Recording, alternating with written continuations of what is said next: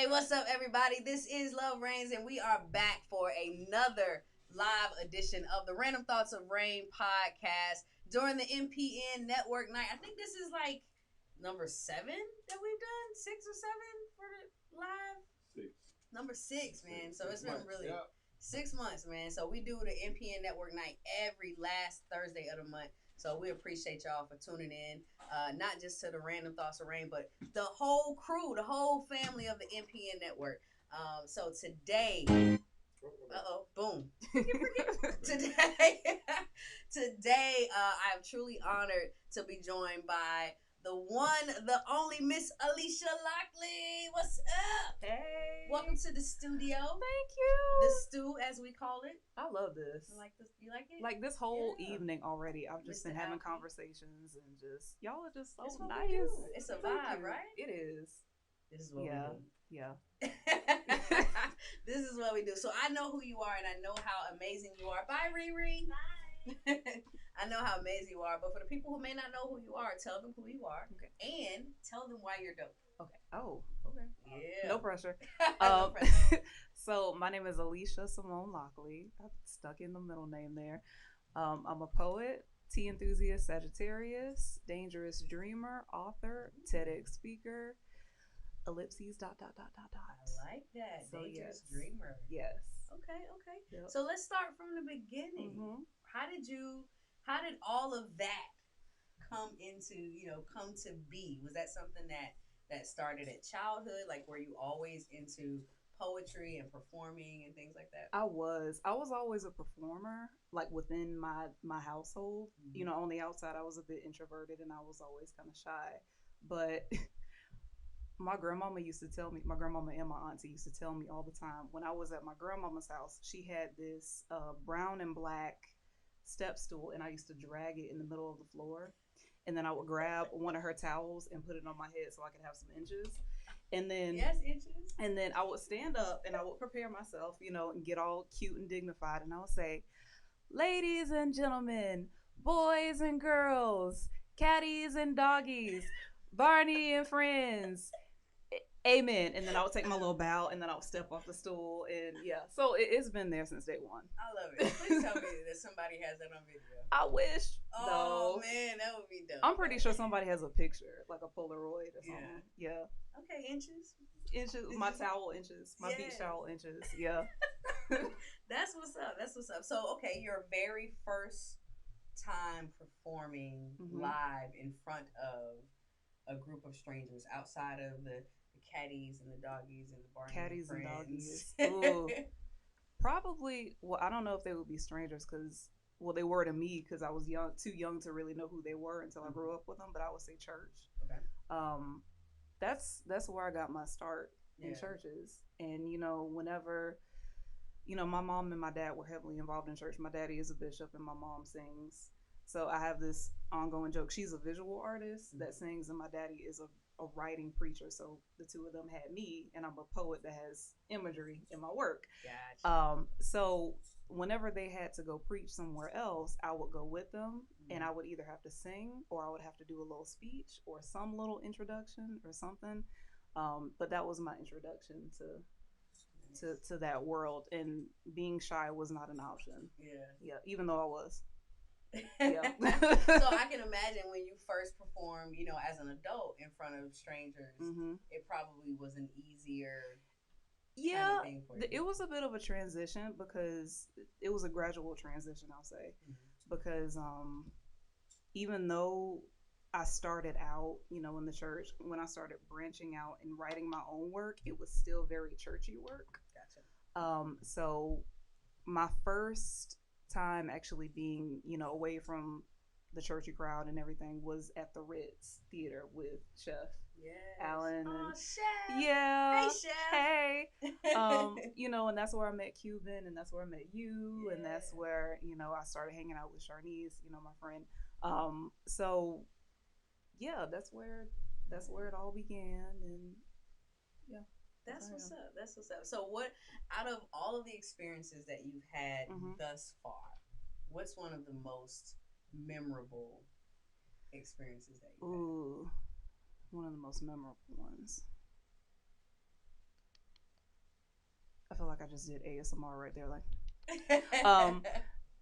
it's a toss up between the TED Talk that I did a few years ago and getting to perform for Dorothy Pittman Hughes at UNF. Yeah, that was a game changer for me. Yeah. You know, just being in front of somebody who was so influential and somebody who was historic.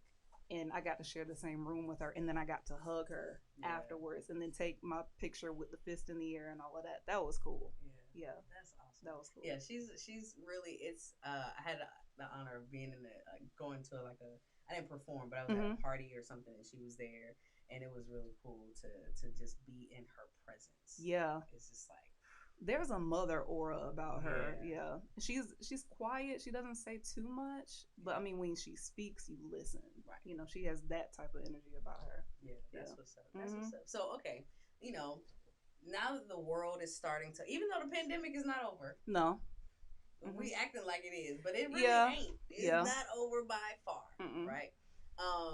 But when the pandemic hit, there was a lot of artists, a lot of creatives, especially, who just shut down, right? So how were you able to continue, pushing through with everything, not being able to perform, not being able to go to open mics, not being able to go to events, everything being virtual? What was it that kept you going? I had a lot to say. The tail end of 2019 into the beginning of 2020 was a whirlwind for me. There was a bunch of life events happened for me, and so I just started writing and writing and writing and writing. And at first, what I started was actually a treatment for like a visual version of my book that's already out. It's called The Book of Hymns, and it's on Amazon. Shameless plug.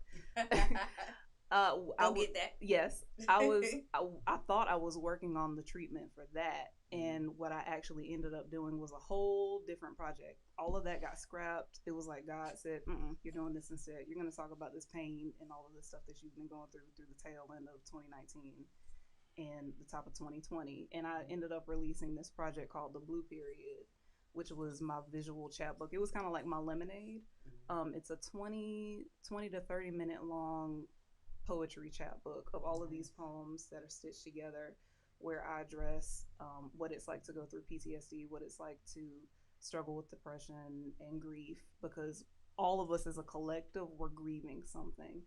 And so I wanted to release something that was soothing, something that made us look at ourselves and really be honest with our own feelings, and just to have a collective moment of vulnerability, because I felt like that's what we needed at that moment.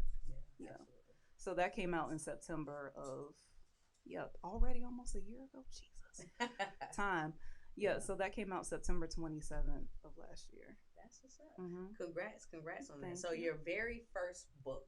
Yeah. When you released that, what did that feel like? Like once it was done and it was out there in the world, like what was that feeling like? It felt like somebody was walking in on me undressing, and I'm gonna tell you why. Like, I was happy, and I went through some stuff to get that book out. It was it stripped a lot of pretense and a lot of, of old beliefs off of me. It's called The Book of Hymns, and it's like a play on, gospel hymns, and like hymns, men.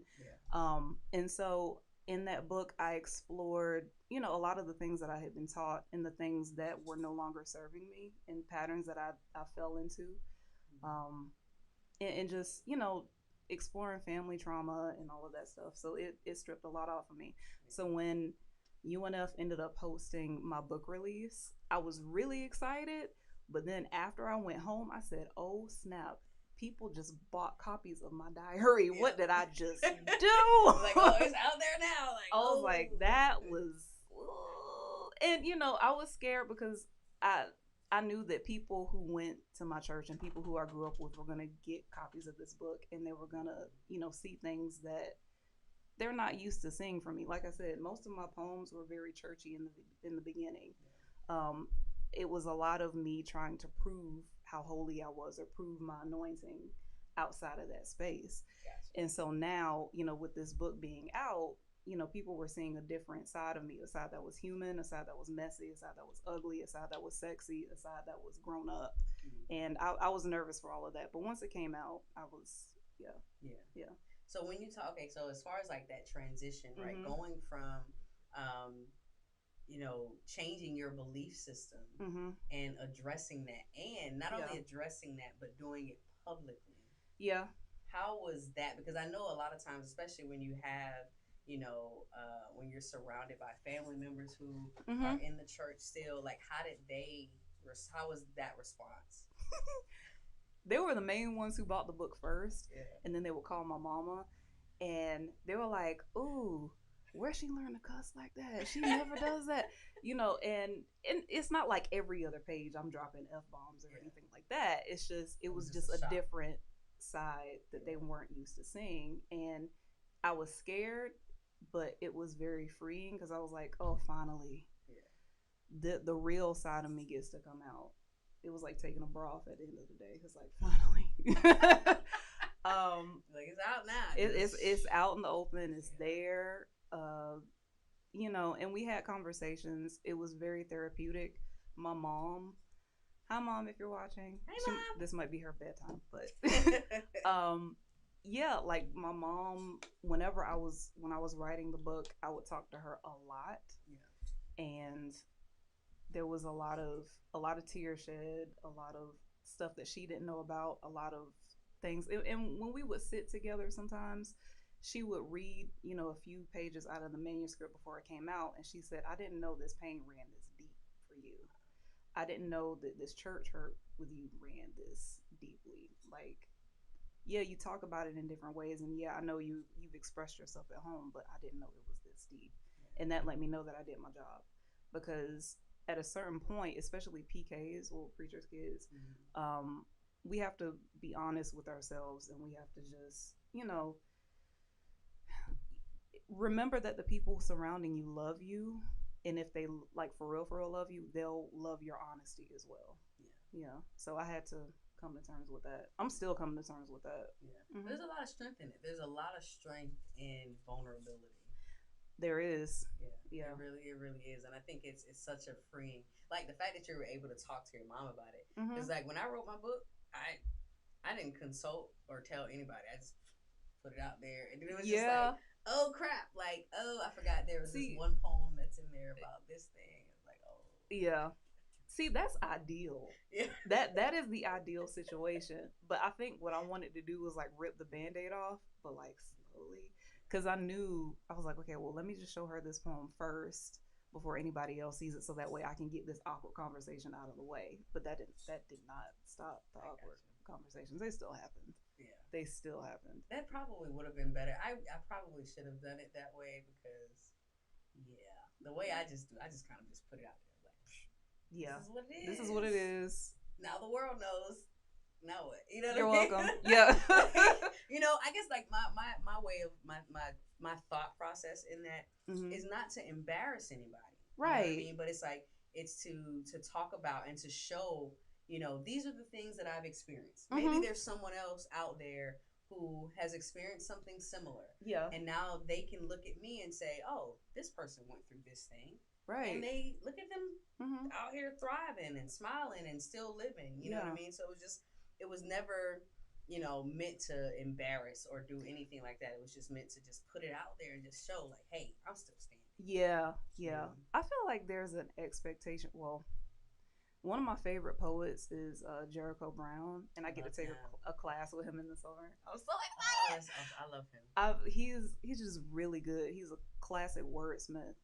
He did a podcast on this show called On Being, Mm-hmm. and he was saying how he doesn't show his poems to his mom because as a poet you're expected to have those difficult conversations that nobody wants to have, and as a result a lot of people like to stay away from you or avoid you because they know that low-key we're reading them and we're about to say the stuff that you don't want to say. Yeah. And so with that in mind, it's like it's embarrassing your family or trying to disown them or trying to like read them for filth in your poetry is never the goal. Right. It's just that as a poet, you do have poetic license to talk about those things that hurt you in a way that'll heal you. And that's not like just dumping all of your grievances out to the world, Right. but it's just, I mean, there's a certain level of vulnerability that's required of you. if you're gonna be a poet, a real one. Yeah. And it's necessary. It is. And I think too the thing about the pandemic that I love is that it kind of really just opened up the floodgates. Like it really just gave us like carte blanche of just being able to be vulnerable and just be like, we got to talk about it because what we realize with everything, not just that everything that has happened personally with everybody individually, but with the stuff that's been happening in the world. Yeah. Like the Band-Aid has been ripped off. The masks have been removed. Like, okay, we got to talk about this stuff. Yeah. We can no longer skirt around it. We can no longer, give bits and pieces. Like, no, we got to deal with it. You know what I mean? So it's just like full out. You might as well. You know what I mean? It's out there now. Like, what you gonna do? Yeah, and there doesn't leave much room for imposter syndrome these days too. It's like nowadays you just have to know. Yeah, you gotta know. We've had all of this time in quarantine to, really reflect on our choices and reflect on who we've been to other people and who we've been to ourselves. Absolutely. And at a certain point, you kind of just have to own up to your own stuff and walk into the room, believe that you belong there. Yep. Your story, and know that your stories are valid and they deserve to be heard and all of that. Yeah, absolutely. So, what's one of the lessons that you learned about yourself during quarantine? That I need to mind my business. I think a lot of people say it for the people in the back. That I need to mind my business, and I'm gonna tell you why, in what way I mean.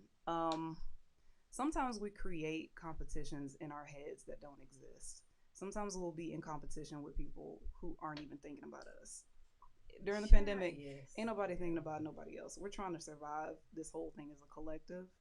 And so I feel like learning how to have tunnel vision and focus on ourselves and how to, mind your own business, mind your own craft before you're looking at somebody else's success or how somebody else went viral was essential in that moment. Because for me, I'll say personally, I had to ask myself, okay, Alicia, do you want to be the best version of you that you possibly can be, or do you want to be stuck being the best version of somebody else?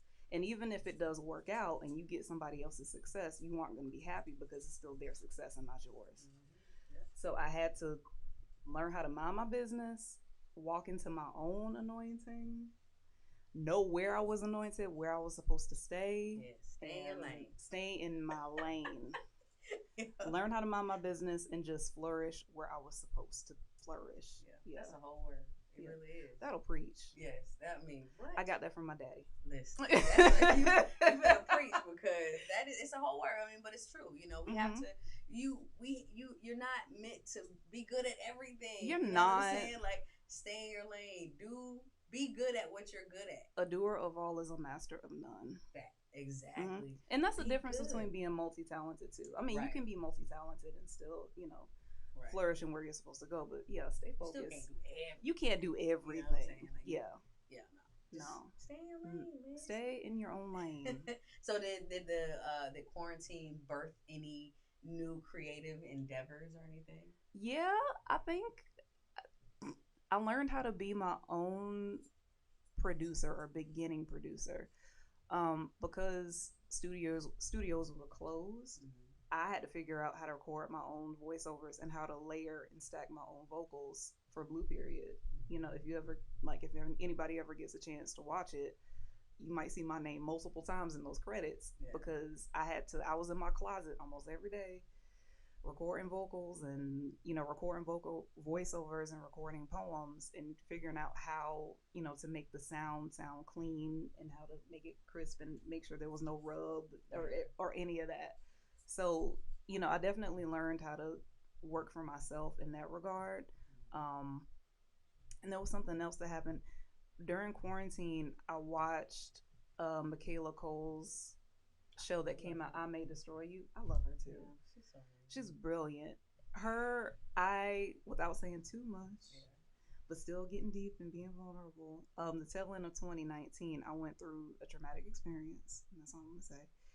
And I saw the promo material for her show, and I kept, pushing it off and not wanting to see it because I said, I don't know if I'm ready for this. This is too soon.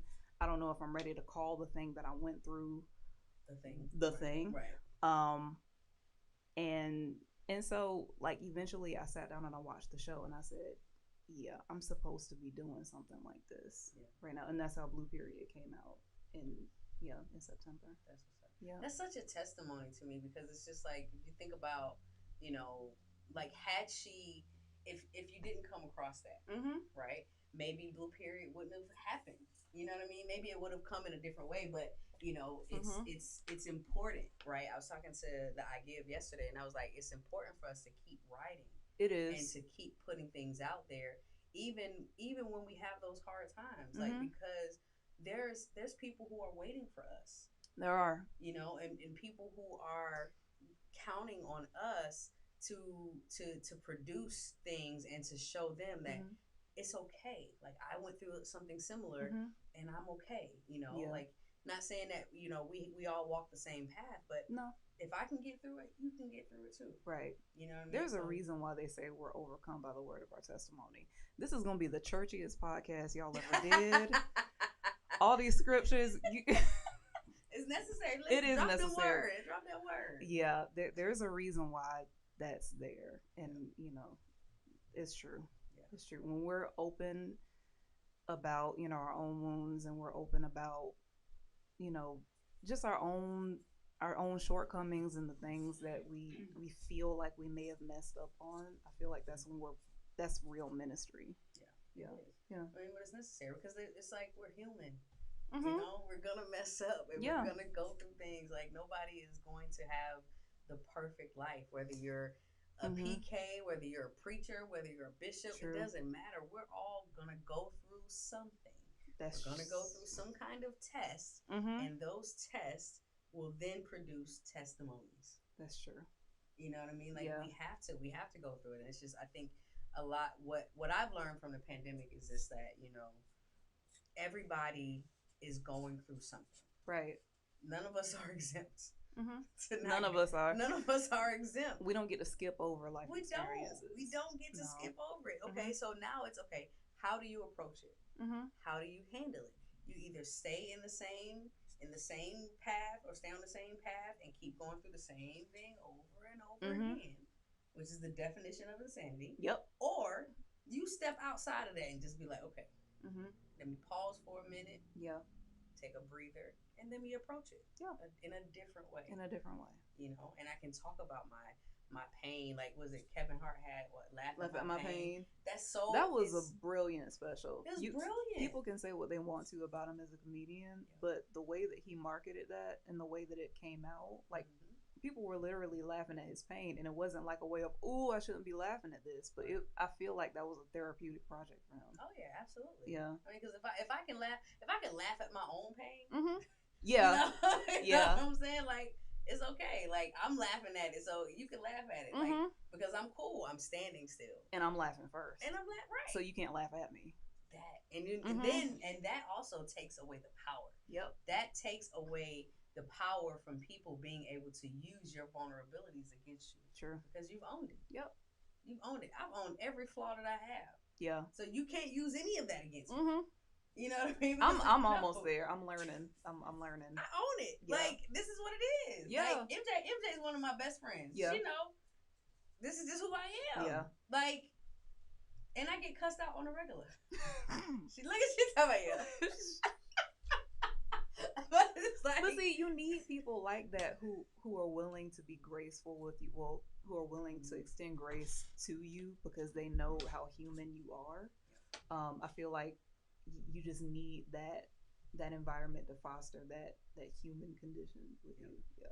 I feel like I'm citing my TED Talk all over again. But basically, it basically said the same thing. It's like, as human beings, we are little mini sanctuaries for other people. And when we get around the right people who won't take advantage of that safe place, it's beautiful. It is. Yeah. And you can be honest, you can be human, and you can be jacked up and all of that. Just jacked up and flawed as I am. This is who I am. Yep. Right. And it doesn't mean that, you know, if you're an asshole, it doesn't mean like, oh, okay, you just have the right to just be an asshole all the time. Like, okay. No. But part of that is that you have friends that are going to be honest enough with you to call you out on it too. Exactly. Yeah. Exactly. So what's coming up? What can people look forward to from the Alicia Lockley? Well, I'm working on slowly writing my second book. I can't say the name of it quite yet. But I lost my grandmother at the top of 2020, and I've been writing a lot of poems about her. And I realized that much of my poetic experience and my poetic career I owe to her. Because I mean, she taught me how to cook most of the foods that I know how to cook. She taught me how to sew. My mom is a seamstress too, and she taught me too. Um, I used to go to Quincy, which is this beautiful city near Tallahassee, and what like most of my poetic experiences and the language that I use, they like to call it a magnolia mouth in the South. If you're a poet, I got that from spending a lot of time with her. So I might be doing something with that soon. Ooh. So yes, it's gonna be a Southern Belle, romantic, like with a little sprinkle of Zora Neale Hurston I'm sensibility. already picturing you performing it. Listen, I'm already what? Like that Zora Neale Hurston feel. Like Oh, that's gonna be dope. Okay.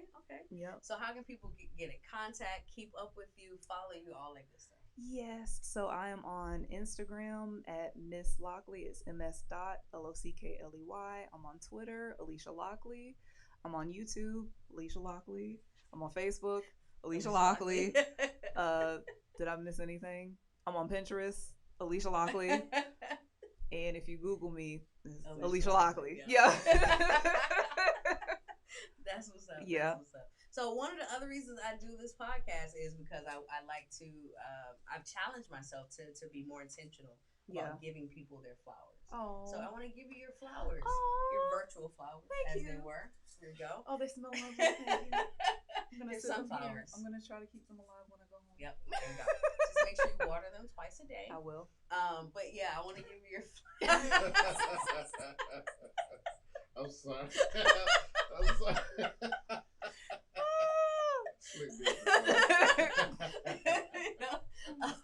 But no, seriously, I want to give you your flowers and let you know that I see you, I love you, I appreciate you for your art, for your talent, for everything that you are, everything that is Alicia Lockley. Please keep going. Please don't stop. Thank you. No matter what, because I see you and I appreciate you. Thank you so much. Thank you. Yay!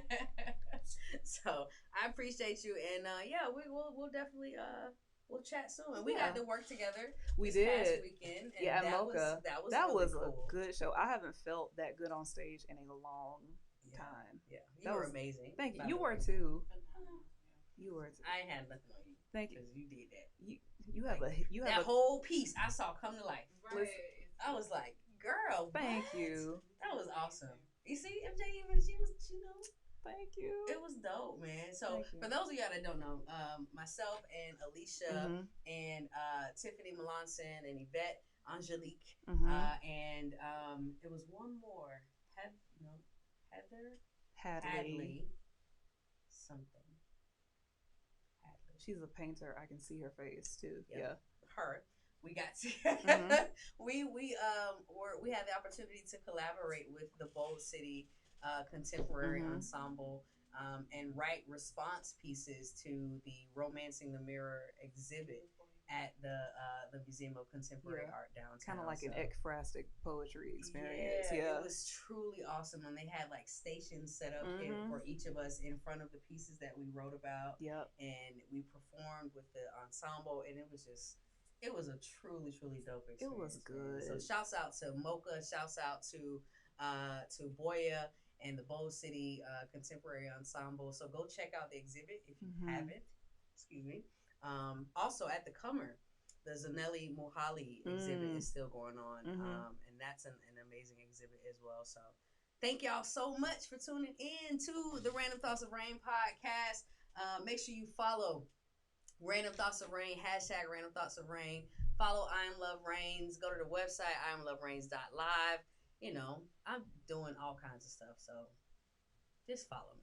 It's just, I can't keep up with myself, so just follow me, and then if you want to know where I'm at, you know where I'm at, right? Shouts out to the MPN network, the whole MPN network family. Make sure you follow Mr. Peterson's Neighborhood, Twitter, Twitch, not on Tumblr. Not on Tumblr. Not on Tumblr. Not on Tumblr. All that good stuff. TikTok, all of that, right? And yeah, stay tuned. We appreciate y'all. Peace. MPN on TikTok?